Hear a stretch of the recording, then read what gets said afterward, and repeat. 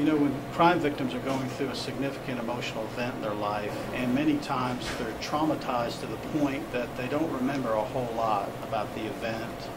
They go home to a burglary, and they're very stressed out, they're very upset. And probably the one thing that they're going to remember more than anything is how that officer responded to them.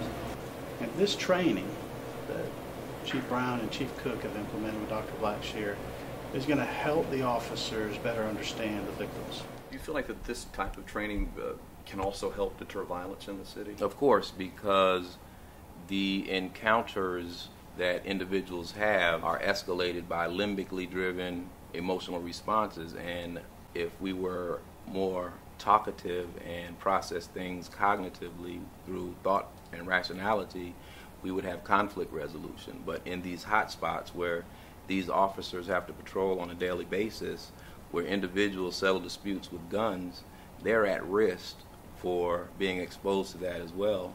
So this is a proactive approach on wellness for the police officer and for the community at large. And a few of the officers in training yesterday said that they begin to process when they get the first sheet that gives them a basic background information on what the situation is. But if you focus on that and then get emotionally charged and don't begin to process things psychologically, you might jump to a premature conclusion, and you might be perceived as being a little more aggressive or over the top. But if you are in total control of your thought processes, then you will probably be perceived as being a more humane deliverer of a service.